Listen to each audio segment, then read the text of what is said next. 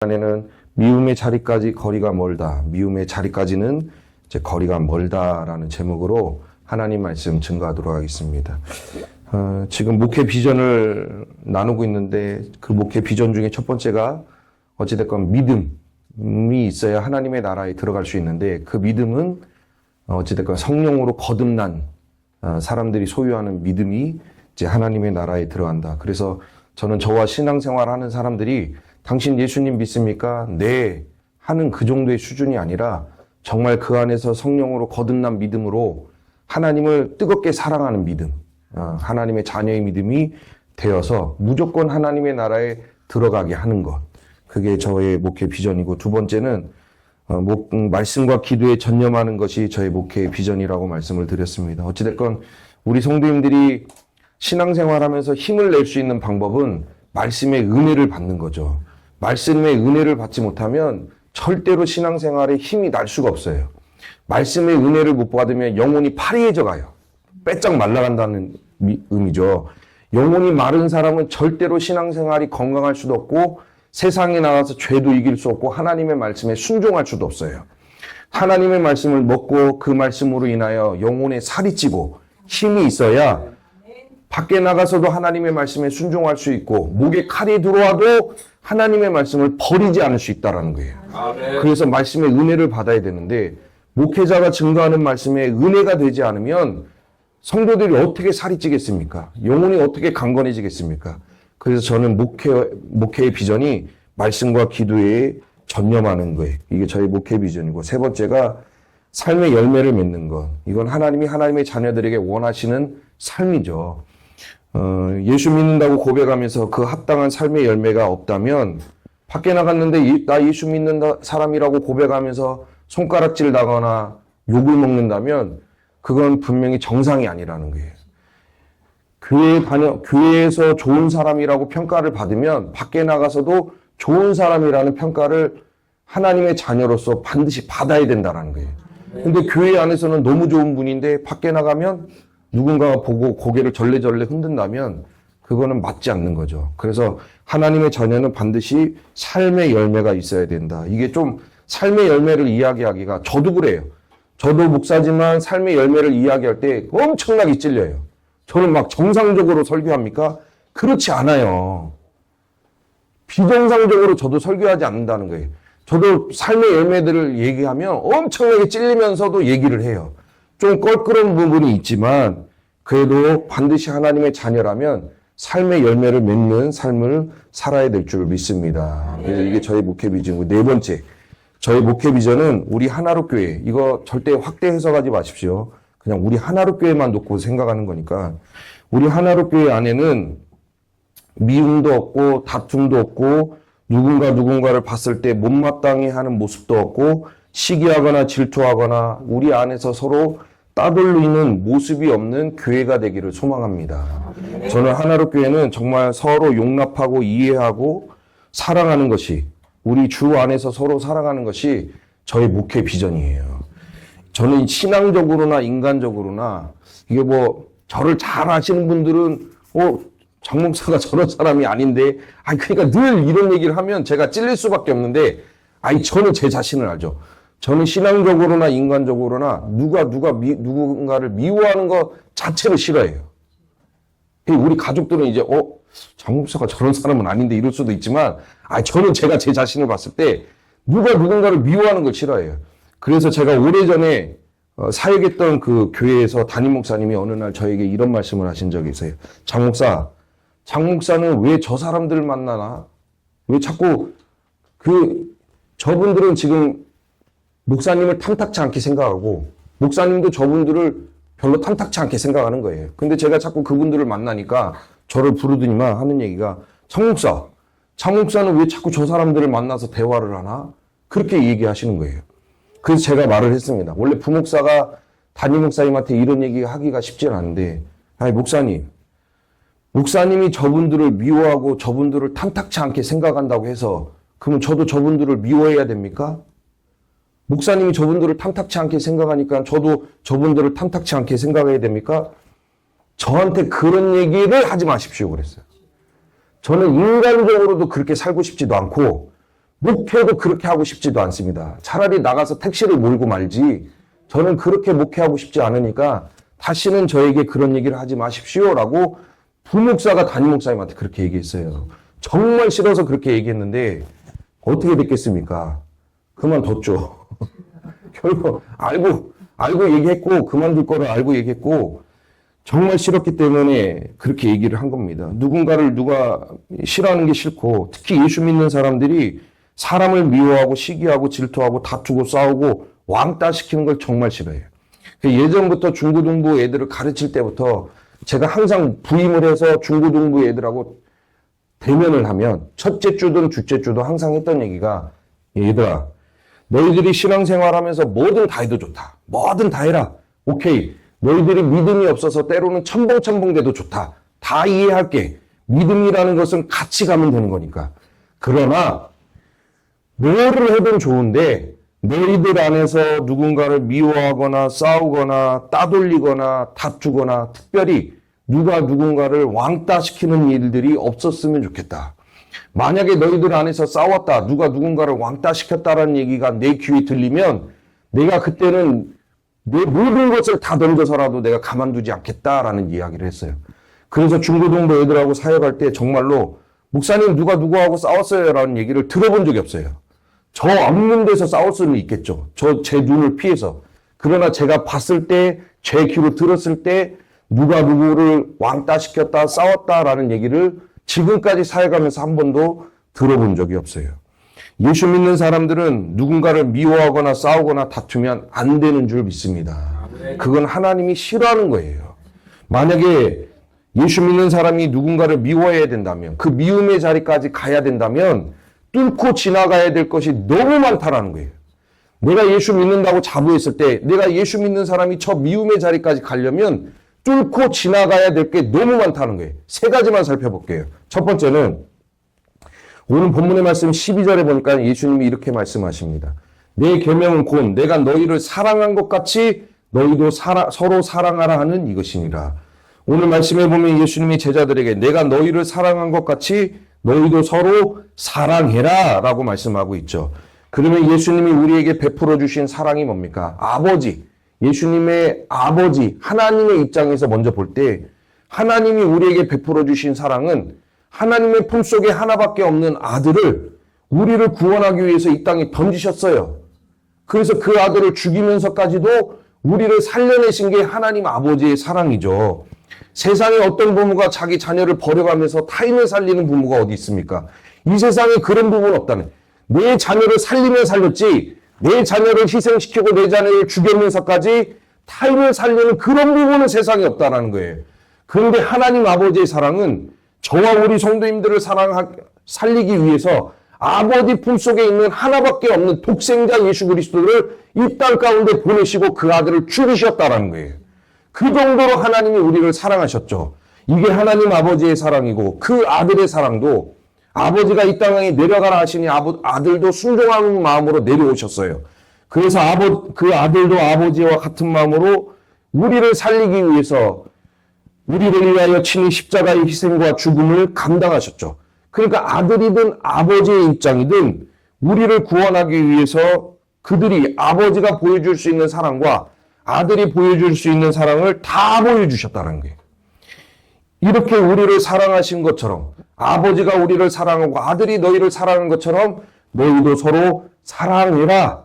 우리가 죽음을 아버지가 아들을 던지고 아들이 자기의 생명을 던진 것처럼 너희도 사랑해라.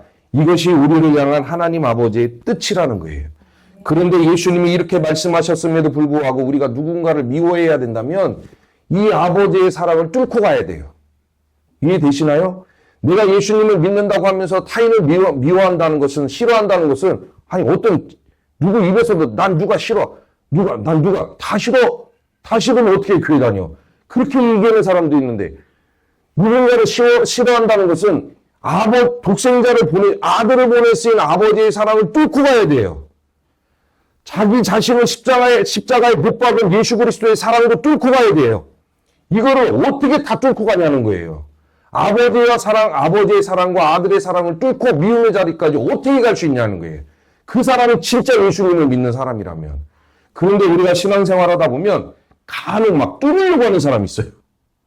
아버지의 사랑과 아들의 사랑이 이렇게 버티고 있음에도 불구하고 이 사람을 막 뚫고 지나가려고 하는 사람들이 있어요.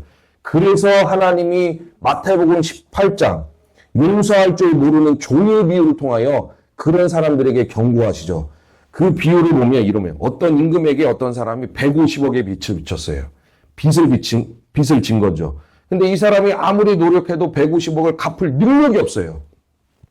그러니까 이 임금이 이 사람을 불러다가 네가 갚을 내 150억을 갖다 써놓고서 갚을 능력이 없으면 네 몸을 팔아라. 아내를 팔아라. 자녀를 팔아라. 네 소유를 다 팔아서 내 150억 내놔. 그랬다라는 거예요.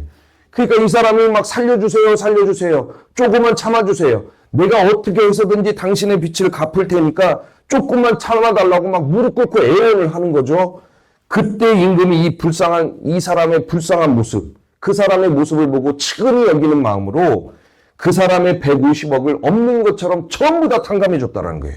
그냥 가라. 너무 불쌍하니까 150억 내가 안 받을 테니까 그냥 가서 잘 살아. 이렇게 보냈다는 거죠. 그래서 이 사람이 막 기분이 좋아서 즐거운 마음으로 집으로 돌아오다가 한 사람을 만나는데 그 사람이 누구예요? 자기에게 100만 원 빚진 사람. 자기에게 100만 원 빚진 사람이 반대쪽에서 걸어오는 거예요. 그러니까 이 사람이 걸어가서 어떻게 합니까? 그 사람의 막 멱살을 틀어잡고 내 100만 원 내놔 그랬다는 거예요. 지금 당장 150억의 빚을 탕감받은 사람이 자기에게 100만 원 빚진 사람이 앞에서 걸어오니까 막 멱살을 틀어잡고 내 돈 내놔 했다는 거예요.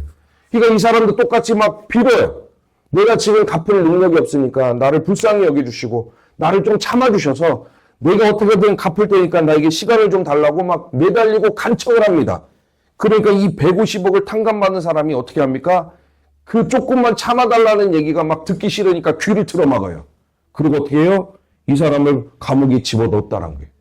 임금이 그 소식을 들었어. 이 기가 막힌 얘기를 임금이 들었어요. 임금이 듣고 그 사람을 불러요. 야, 내가 너를 불쌍히 여기고 내가 너에게 자비를 베푸고 내가 너에게 은혜를 베풀어서 네 150억을 탕감해 주었거늘 내 아들을 죽여가면서까지 네 150억을 탕감해 주었거늘 너는 그 사람을 불쌍히 여기지도 못하고 그 사람을 감옥에다 집어넣어 그래서 종부를 시켜서 이 사람을 당장에 감옥에다 집어넣어 버리잖아요. 하나님의 사랑을 받았음에도 불구하고 그 사랑받은 자가 누군가를 미워하려고 할 때 하나님이 이 말씀으로 그렇게 하지 말아라 라고 경고하고 계시는 거예요.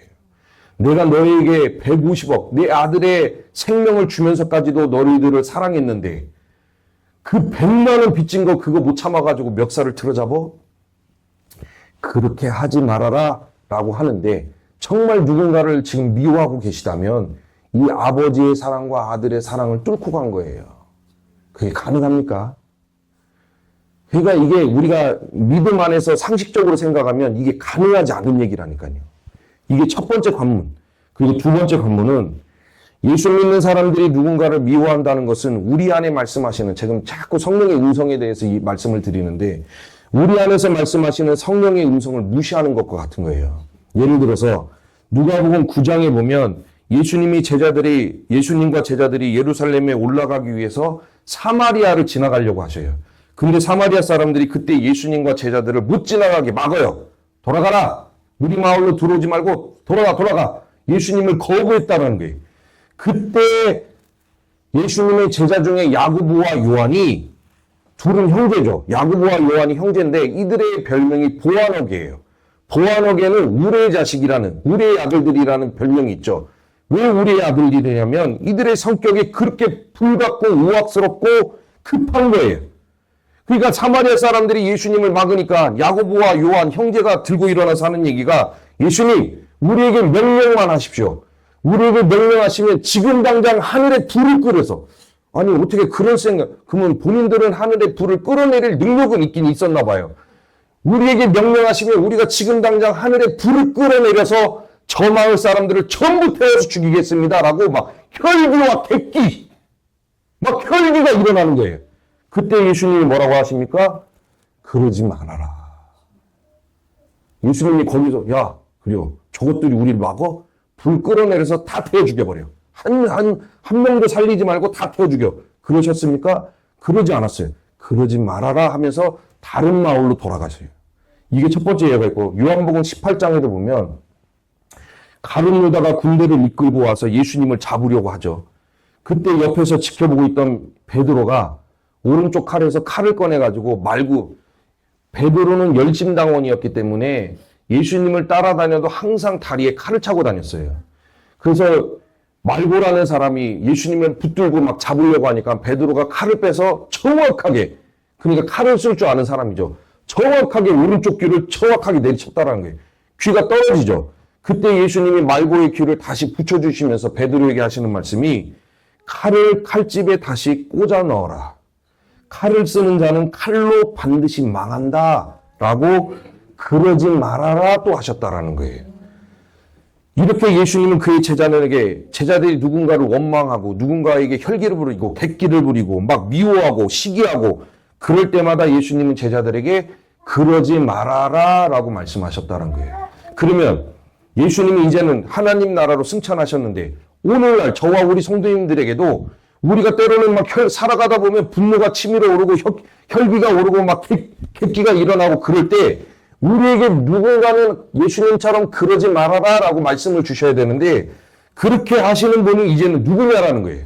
요한복음 14장 26절에 보혜사 곧 아버지께서 내 이름으로 보내실 성령 그가 너희에게 모든 것을 가르치고 내가 너희에게 말한 모든 것을 생각나게 하리라. 아멘. 예수님이 이 땅에 계실 때는 예수님의 제자들에게 그러지 말아라 라고 이야기하셨지만 오늘날에는 우리가 예수를 믿을 때 하나님이 우리 가운데 부어주신 그 성령이 우리와 함께 하시면서 우리가 하나님의 말씀대로 살아가지 못하려고 할 때 우리 심령 가운데 음성을 들려주시기를 그러지 말아라 라고 말씀하신다라는 거예요. 그래서 우리는 성령의 음성을 들으면서 살아야 된다라는 거예요. 제가 자꾸 성령의 음성을 들어야 됩니다 라고 이야기하니까 성령의 음성을 어떻게 듣습니까? 하나도 안 들립니다. 성령의 음성을 못 들으면 성경이라도 읽어야죠.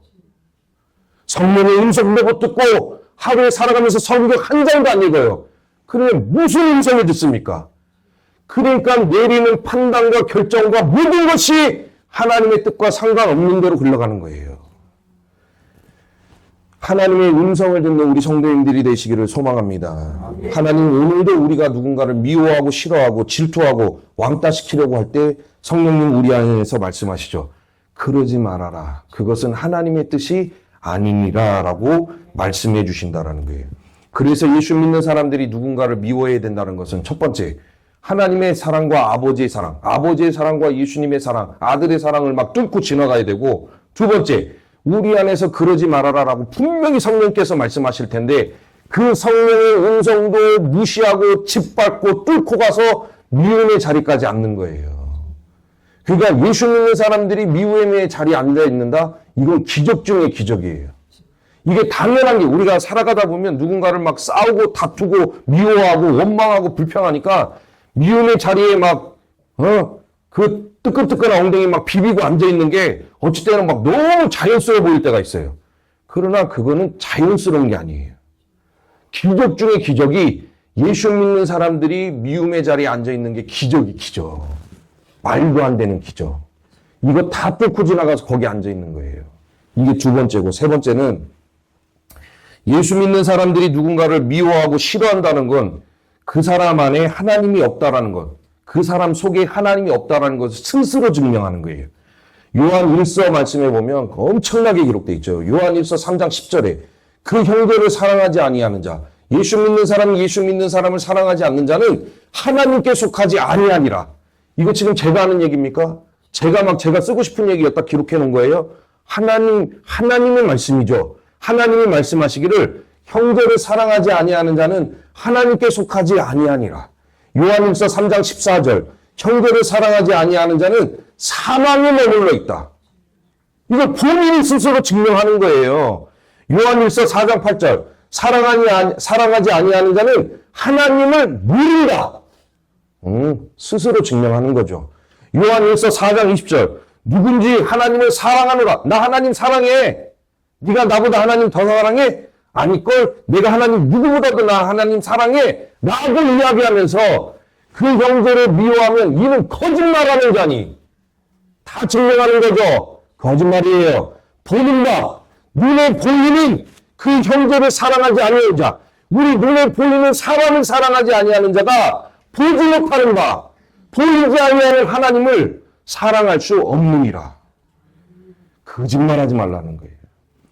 그래서 지금 미움의 자리에 앉아 있는 건 내 안에 내가 하나님께 속한 사람이 아니고 나는 지금 사망에 머물러 있는 사람이고 나는 전혀 하나님을 모르는 사람이고 내가 하나님을 나 믿어라고 이야기하면서 그건 거짓말하는 것을 스스로 증명하는 사람에 불과하다는 거예요.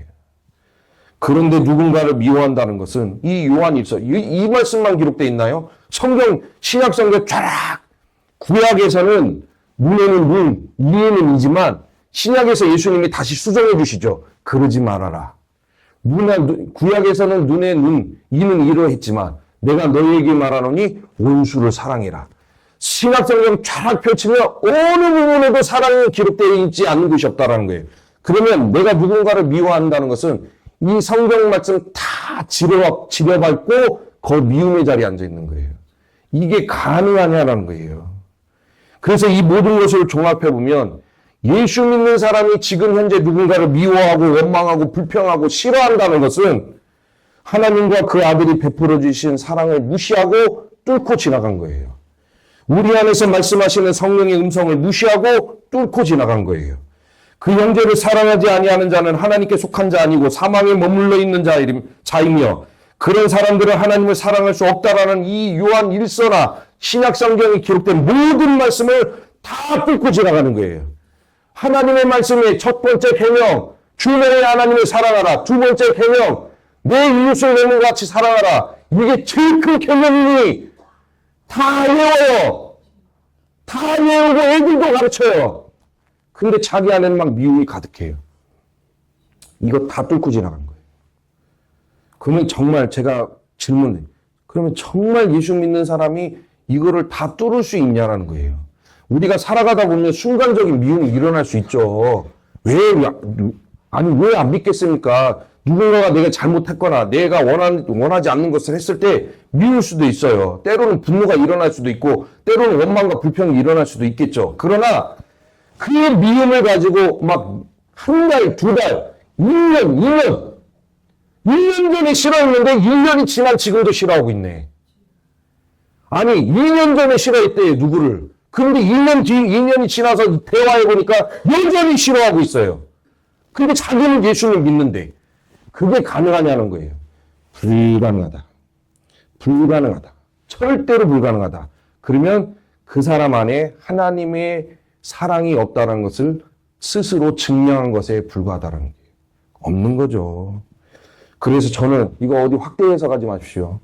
저는 우리 하나로교회 안에는 정말 미움과 시기와 질투와 다툼이 아닌 하나님 아버지와 아들이 베풀어 주신 그 사랑에 힘입어 또한 사랑하라는 성령의 음성에 힘입어 우리 하나로교회는 서로 뜨겁게 사랑하고 서로 피차간에 사랑하는 그 사랑과 위로와 평안이 우리 교회 안에 흘러넘치기를 소망합니다. 조금 부족한 모습이 있을 수도 있죠. 좀 부족하고 연약한 모습이 있을 수 있고 때로는 실수할 수도 있어요. 제가 막 설교 준비하다가 이 실수를 어디까지 정해야 되나. 저도 실수할 수도 있고 아니요. 저는 빼게요. 만약에 제가 우리 성도님들 보실 때 목사로서의 저건 아니다 싶으면 나가라. 장 목사 나가라. 저는 뭐 나가라 하면 여기 하루도 있고 싶은 마음도 없어요. 나가라 하면 저는 갈게요. 저는 빼고 우리 성도님들 안에서 실수를 어디까지 용납해야 되냐. 설령 9시 뉴스에 나올 정도의 실수를 할지라도 우리 성도님들이 살아가다 보면 뭔 실수를 했는데 그게 9시 뉴스에 딱 나왔어. 그 세상 사람들이 다 손가락질하고 욕한다 할지라도 우리 하나로교회 안에서는 좀 이해하고 용납하고 서로 품어주고 사랑할 수 있는 그런 교회가 되기를 소망합니다. 가뜩이나 밖에 나가서 살다 보면 치열해서 상처받기도 하고 까이기도 하고 부딪히기도 하고 마음에 어려움을 겪기도 하는데 그래서 어디다 마음 들 곳도 없는데 교회까지 와서 눈치 보고 미움받고 딸을 외면을 받으면 그 심령이 어디 살 수 있겠습니까? 못 살죠. 그러면 교회 왔을 때는 좀 위로받고 와서 마음의 평안도 누리고 세상에 나가서 막 분노의 눈물을 흘렸다면 교회 와서는 위로의 눈물도 좀 흘리고 평안의 좀 눈물도 흘리고 그래서 서로가 서로 좀 힘내세요라고 격려도 좀 하고 그렇게 해서 새 힘을 누려서 또 세상에 나가 싸울 수 있는 그런 교회가 되었으면 좋겠습니다. 그게 서로 보고 싶어지는 교회죠. 한 주간 살면서 제가 보고 싶습니까? 아니, 저희 어머니는 의미가 없죠.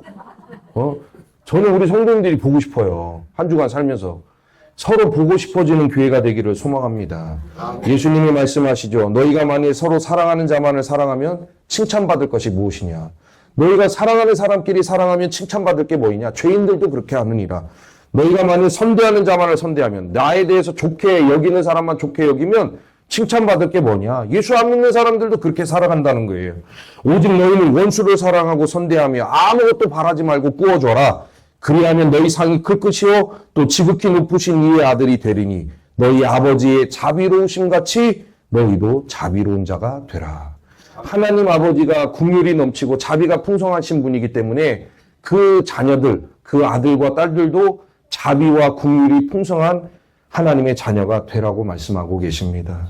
우리 사랑롭게 성도님들은 예수님이 말씀하신 것처럼 나를 사랑하는 사람만 사랑하는 것이 아니라 때로는 원수 같은 사람들도 마음에 품고 사랑하셔서 힘든 일이지만 그렇게 하는 게 맞는 거예요. 그게 괴롭고 어렵고 고된 일이지만 그렇게 하는 게 맞는 거예요. 교회가 한순간에 풍지박살되면 봐봐요. 제가 막 박수를 칠 때 소리나게 박수 한번 쳐볼게요. 소리가 납니까? 소리가 나요? 한숨만 휘두른다고 소리가 나요? 두 손이 다 부딪혀야 소리가 나잖아요. 교회도 마찬가지죠. 교회가 풍지박살 나는 것은 둘이 부딪혀서 시끄러울 때 풍지박살 나는 거죠. 한쪽이 사랑하면 소리가 나겠습니까? 100번, 1000번, 10,000번을 때려도 소리가 안 나는 거예요. 정말 원수 같은 사람들도 사랑하셔서 그 사랑으로 하나님의 영광을 나타내시고 믿지 않는 사람들에게 하나님의 살아계심을 보일 수 있는 우리 성도님들이 되시기를 소망합니다. 미움의 자리까지 나아가기가 쉽지 않죠. 말씀 들어보니까 진짜 쉽지 않죠. 그게 우리가 미움의 자리에서 엉덩이 비비고 있으니까 날마다 거기에 엉덩이 비비고 앉아있으니까 그게 우리 자리처럼 느껴지지만 예수 믿는 사람들이 미움의 자리까지 나아가기가 결코 쉽지 않다는 거예요. 이거 어마어마한 기적이에요. 근데 거기서 막 한 달, 두 달, 세 달, 1년, 2년 막 머물러 있는 건 저는 이해가 안 돼요. 저는 이해가 안 돼요. 말씀을 가지고도 이해가 안 되죠. 말씀을 정리하겠습니다. 어찌됐건 우리 하나로교회는 정말 하나님이 베풀어 주신 사랑이 충만해서 익산에서 사랑이 많은 교회로 소문나는 교회가 되기를 소망합니다. 그래서 이걸 실천적인 부분도 빨리 교회를 꾸려서 이거 교회가 좀 꾸려져야 뭔 봉사도 하고 실천적인 부분도 사랑의 실천도 하겠는데 이건 뭐 어찌됐건 익산이 기도 많이 하는 교회, 익산 하나로교회는 사랑이 많다더라. 그런 소문나는 교회가 되기를 소망합니다. 그래서 우리 교회는 제가 설교를 준비하다가 그럼 어떤 교회가 돼야 될까? 최수종 하이라. 이해되시죠? 저는 지금도 이해가 안 돼요. 최수종하고 하이라는 한 번도 안 싸웠대요. 가능합니까? 가능하다고 생각하시면 뭐 손 들어보십시오. 제가